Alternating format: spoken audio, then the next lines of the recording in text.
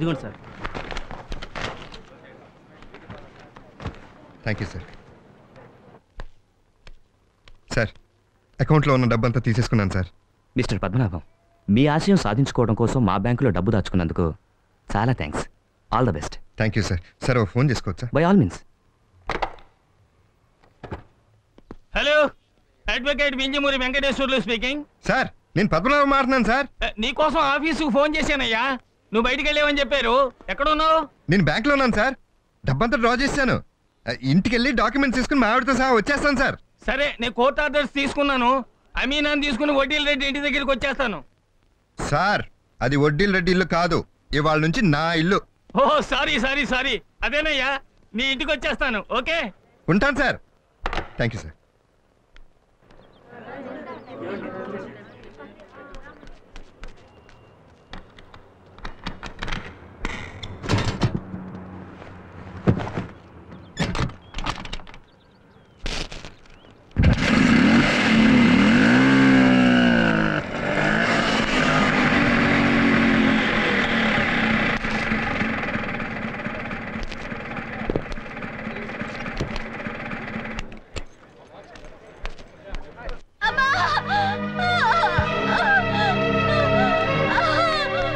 సోనాలి, సోనాలి, రమ్య కొంచెం హెల్ప్ చేయి. నేనొచ్చి సేవలు చేయడానికి నేనే మీ పని మనిషికి పని మనిషిని కాను.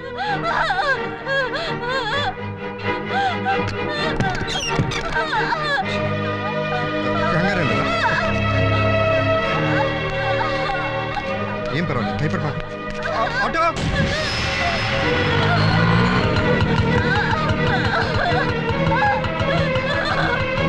యశోద హాస్పిటల్ పని, నేను స్కూటర్లో వచ్చేస్తాను. అలాగే సార్. సరే జరు.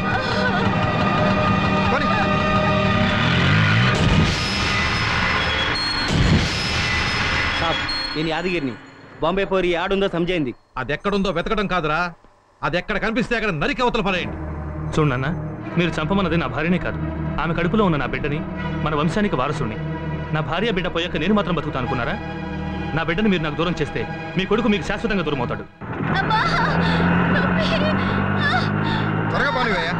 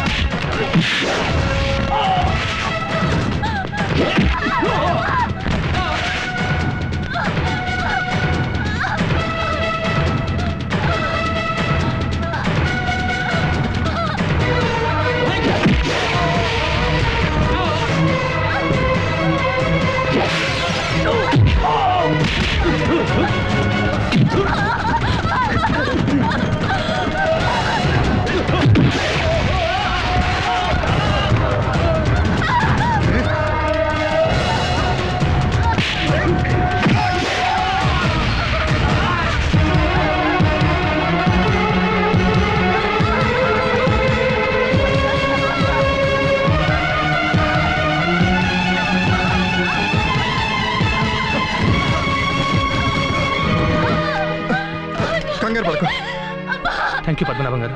I'm sorry Padmanabham. అవన్నీ తర్వాత మాట్లాడుకుందాం. ప్లీజ్ ముందు హాస్పిటల్ తీసుకెళ్ళండి. అయ్యో, టైం ఎంత అయిందిరా? 1:30. ఇంకా పద్మనాభం వస్తాడన్న నమ్మకం నాకు లేదండి. లాయర్ గారు, అమీనాన్ని తీసుకుని కోర్టుకు వెళ్ళండి, టైం వేస్ట్. లేదు, పద్మనాభం తప్పకుండా వస్తాడు. బ్యాంకులో క్యాష్ డ్రా చేశానని నాకు ఫోన్ కూడా చేశాడు.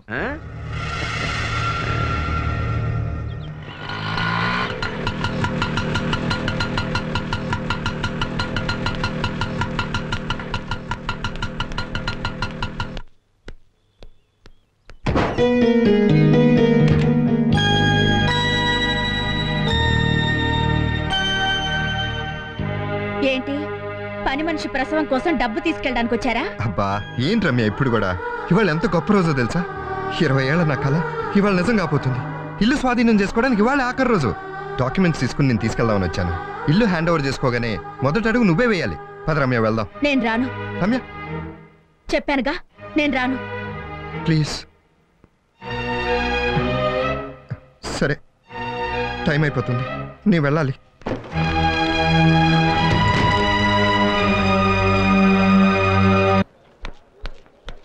అయ్యో, టైం అయిపోతుంది.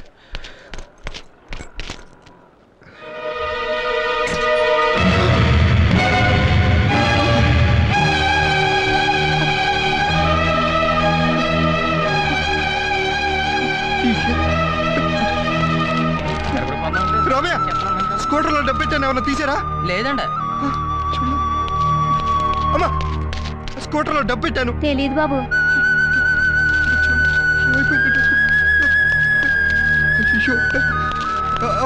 పాండు, స్కూటర్లో డబ్బు చూడలేదు బాబు. స్కూటర్ దగ్గర ఏమన్నా ఆటో చూసి తెలీదే. ఎప్పుడు చూడు.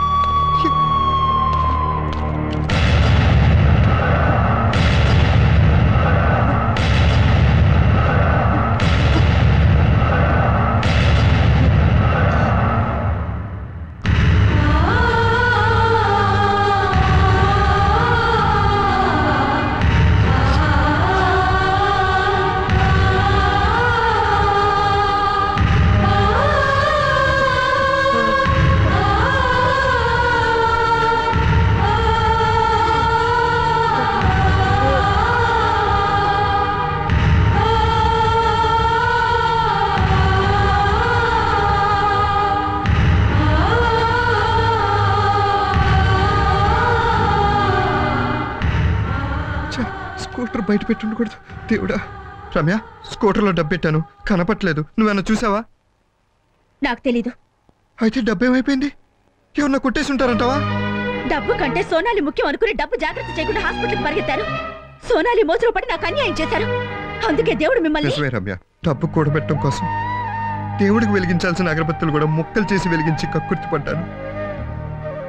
బహుశా అందుకే దేవుడికి కూడా నా మీద కోపం వచ్చి ఉండొచ్చు. చేయి జారిపోయిన ఇల్లు దక్కించుకోవడం కోసం 20 ఏళ్ళు కష్టపడి దాచుకున్న డబ్బు ఈరోజు చేయి జారిపోయింది. మళ్ళీ అంత డబ్బు సంపాదించే అవకాశం నాకు లేదు. నేను అందరిలాగా మామూలు మనిషినే రమ్య. నాకు కోరికలు, ఆశలు, సరదాలు ఉన్నాయి. కానీ మా నాన్న కట్టించిన ఇల్లు దక్కించుకోవడం కోసం ప్రతి రూపాయి కూడబెట్టాను.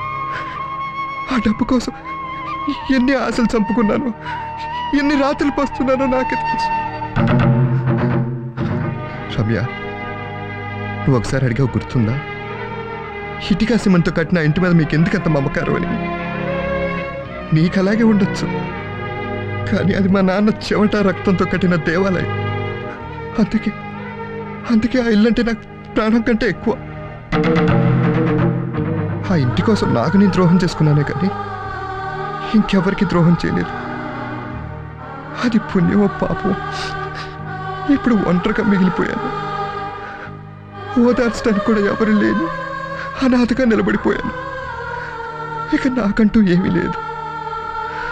నా ప్రాణం తప్ప అయిపోయింది.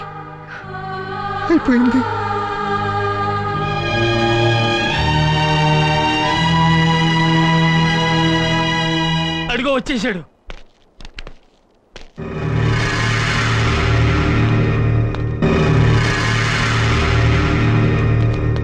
అమ్మాయి వచ్చేసావా?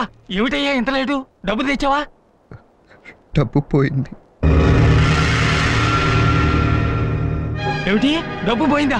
పోలేదు లాయర్ గారు, అసలు డబ్బు లేదు. లేదంటే పరువు పోతుంది కాబట్టి పోయిందని అబద్ధం ఆడుతున్నాడు.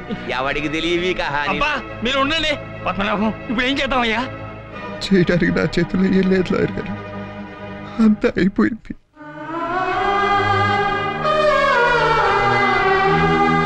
ఇంటిని ఆయనే తీసుకోమనండి. అబ్బా ఇంటిని ఆయన్నే తీసుకోమనండి అనేదో ముష్టేసినట్టు మాట్లాడుతున్నావేంటి? కోర్టు ఇచ్చిన టైం లోపల నువ్వు డబ్బు కట్టలేకపోయావు. ఆ విషయం ఒప్పుకుంటూ కాగితాల మీద సంతకం పెట్టు.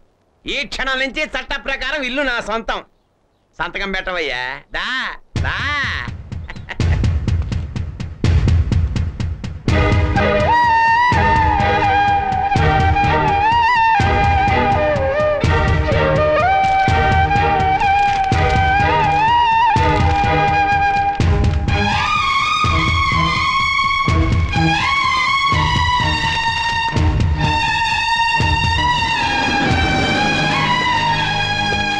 మిస్టర్ పద్మనాభం, మీ డబ్బు దొరికింది.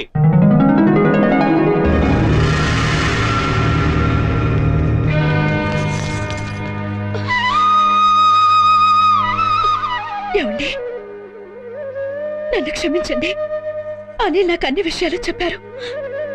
మిమ్మల్ని అర్థం చేసుకుని మీకు తోడుగా నిలవాల్సింది పోయి మిమ్మల్ని నాన్న మాటలు అన్నానండి. పైగా సూటిపోటి మాటలతో మీ మనసు కష్టపెట్టాను. నన్ను క్షమించండి. క్షమిస్తాడులేమ్మా, ముందు డబ్బివ్వు. ఇదిగోనండి మీ డబ్బు, ఇక ఇల్లు ఖాళీ చేయండి. ఖాళీ చేస్తాం సార్, ఖాళీ చేయాలని మాకు తెలుసు. ఖాళీ చేస్తాం. డబ్బులు ఇచ్చేసరిగా ఖాళీ చేస్తాం. ఏదో ఇంట్లోకి వచ్చే కలిసి వచ్చింది. వ్యాపారంలో ఏది పట్టుకున్నా బంగారం అయింది. ఇదిగో దీని హెల్త్ బాగుపడింది, వీడికి పెళ్ళైంది, మనవలు కూడా పుట్టారు. సాదా సీదాగా ఉండేవాడిని. సంఘంలో పేరు ప్రతిష్ట వచ్చి అయితే మాత్రం డబ్బులు ఇచ్చేసారు కదే, ఖాళీ చేసేయాలి. ఏమే, ఇల్లు కట్టుకున్న వాళ్ళకే కదే, అందులో కాపురం ఉన్న వాళ్ళకి కూడా అనుబంధం ఉంటుంది. ఉంటే మాత్రం ఎలకాలం ఉండగలవా? డబ్బులు ఇచ్చేసారే, ఖాళీ చేసేయాలి. దృష్టి మమ్మల్ని చూస్తున్నాయి. మళ్ళీ సామాన్లు మారేయండి. ఖాళీ చేసేయాలి, మనం ఖాళీ చేసేయాలి రా. ఖాళీ చేసేయాలి. డబ్బు ఇచ్చారా? ఖాళీ చేసేయాలి. నడవండి. ఖాళీ చేస్తాను సార్, ఖాళీ చేసేస్తాను. డబ్బిచ్చేసారు.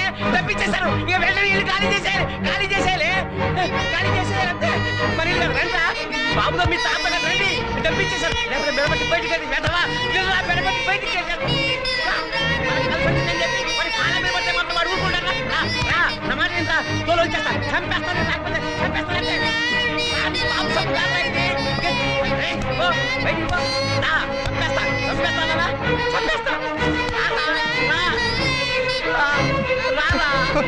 ఆగండి.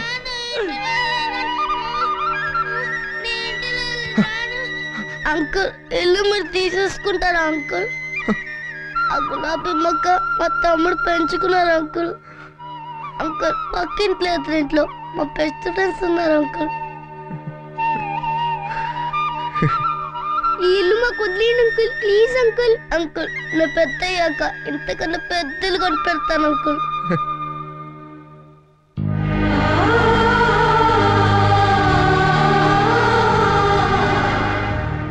రెడ్డి గారు, మీకు గుర్తుందా, నేను వీళ్ళంతా ఉన్నప్పుడు ఇదే ఇంటి నుంచి నన్ను బయటికి గెంటేశారు. ఆ బాధ ఏంటో నాకు తెలుసు. గుండెలు బాదుకునేలా ఎంతగా ఏడ్చానో నాకు ఇంకా గుర్తుంది. అప్పుడు నేను పడ్డ బాధ ఈ లేత మనసులు ఇప్పుడు పడకూడదు. మీరు ఇంటి మీద అధికారం పెంచుకుంటే వీళ్ళు మమకారం పెంచుకున్నారు. మీరు చేసిన పని నేను చేసి ఈ పసి మనసును బాధ పెట్టలేను. వీళ్ళు పెద్ద ఎవరకు మీరందరూ ఈ ఇంట్లోనే ఉండండి. ఆ తర్వాత ఇంటిని నాకు అప్పగిస్తే చాలు. ఒక్క నిమిషం, ఇప్పుడే వస్తా.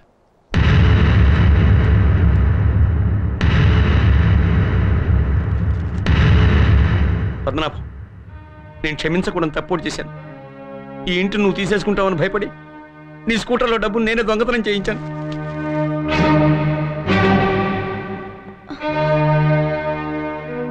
పసిపిల్లలు నోరు తెరిచి అడగగానే ఈ ఇంట్లో ఉండమన్నావు. నీదంతా సున్నితమైన మనసు, నువ్వెంత ఉన్నతమైన మనిషివో అర్థమైందే. మనసు అసలైతే వడ్డీ మమకారం అని తెలుసుకోలేకపోయారు. నన్ను క్షమించు పద్మనాభం, నన్ను క్షమించు. ఈ డబ్బు మీరు తీసుకుంటే మరి పద్మనాభం, నువ్వు నాకు సాయం చేసావు. నేను నీకు సాయం చేయకపోతే నేను మనిషినే కాదు. అందుకే డబ్బు నేనిచ్చాను. నేనిచ్చానని తెలిస్తే నువ్వు తీసుకోవని అబద్ధమాడు. ఇదిగో డబ్బు ఆయనకే ఇచ్చేయండి. తీసుకోండి.